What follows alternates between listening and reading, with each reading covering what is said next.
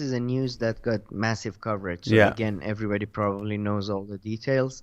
But yeah, as Saudi, about 3 years ago, Saudi government led a coalition of Arab and Muslim nations on a blockade against Qatar because they accused Qatar of fostering and supporting terrorism and cooperating with Iran.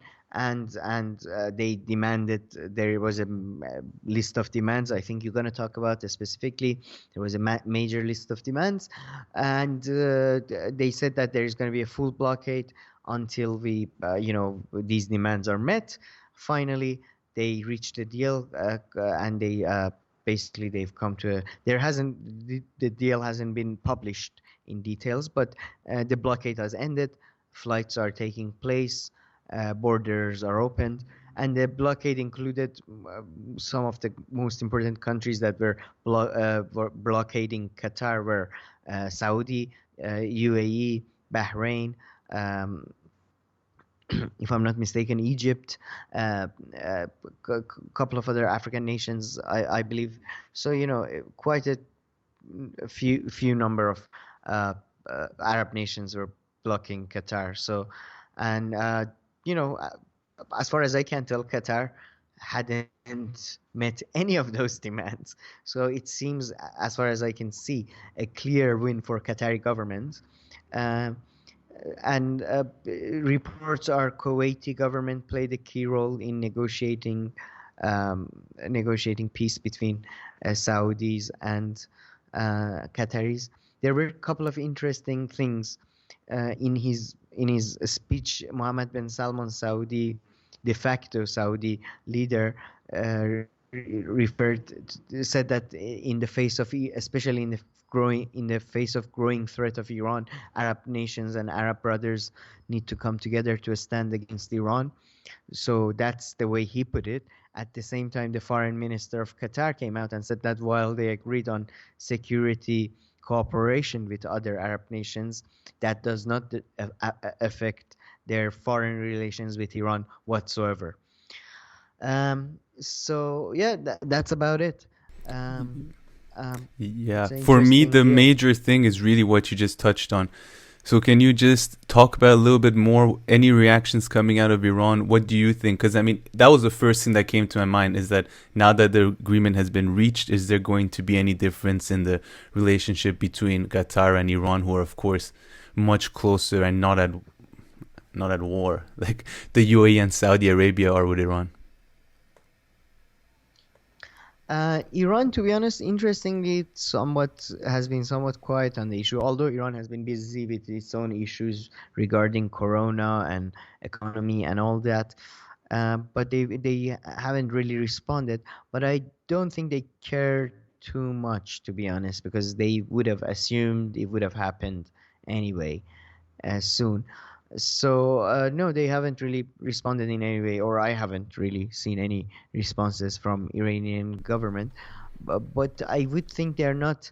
It's Iran does not really view these small Arab nations. I think Iranian government does not view them as independent actors so much. So because of that, I think they don't really like. They're not either too happy or sad about it. Okay, yeah.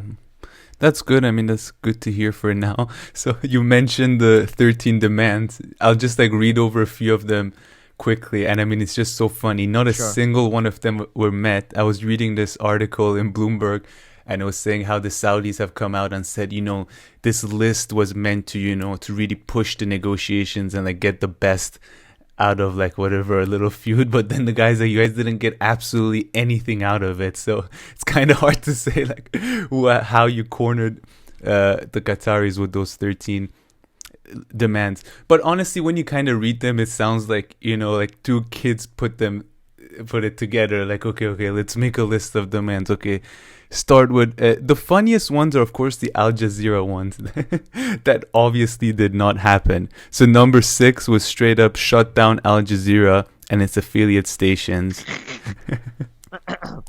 That hasn't happened.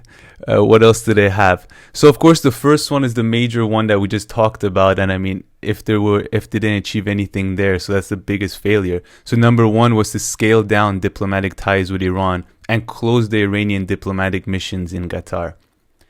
So that's really the main one that they failed. The second one, had you heard about this? And I don't think anything happened here either, which is to immediately shut down the Turkish military base, which was in 2017 under Oh yeah, construction. Is that still that's still going, oh right? yeah. That's still happening? I mean, more than Iran, Qatar is far closer to Turkey because they are both Sunni as well. And yeah, Turkey had a military.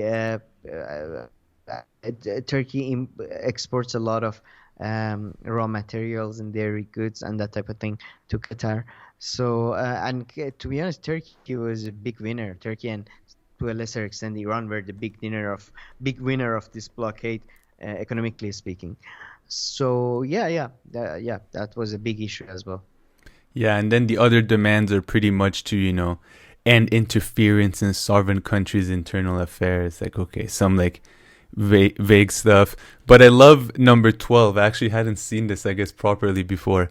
I agree to all demands within 10 days of list being submitted to Qatar, or the list will become invalid. So, okay, so that's Oh why wow. actually they didn't met any of them. I love that. I mean, it There's wasn't nothing within there to 10 see, days. Oh, people. Let's move on. Okay. Here's a list of demands. You have 5 minutes. Go. Okay, never mind. I won anyway. You.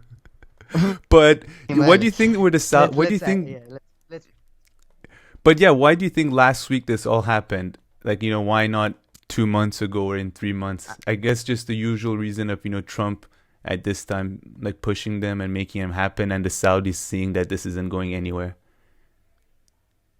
Yeah, I think Saudis realize that if Biden administration comes in, they Yeah. might have to even Qatar may Yeah. make a list of demands or something.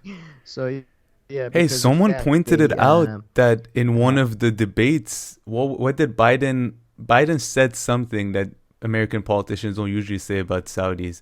They said that they're I can't remember, but do you remember that he said that they're like a problematic state, or he said something along those yeah, lines. Mr. Vice President, the CIA has concluded that the leader of Saudi Arabia directed the murder of U.S.-based journalist Jamal Khashoggi. The State Department also says the Saudi government is responsible for executing nonviolent offenders and for torture. President Trump has not punished senior Saudi leaders. Would you? Yes, and I said it at the time. Khashoggi was, in fact, murdered and dismembered, and I believe in the order of the Crown Prince. And I would make it very clear, we were not going to, in fact, sell more weapons to them. We were going to, in fact, make them pay the price and make them, in fact, the pariah that they are. yeah, yeah. He said he's gonna cut off ties to them, cut off aids to them Yeah. completely if they don't adhere to, like, stop, breaking international Yeah. law regarding Yemen and all that. Yeah.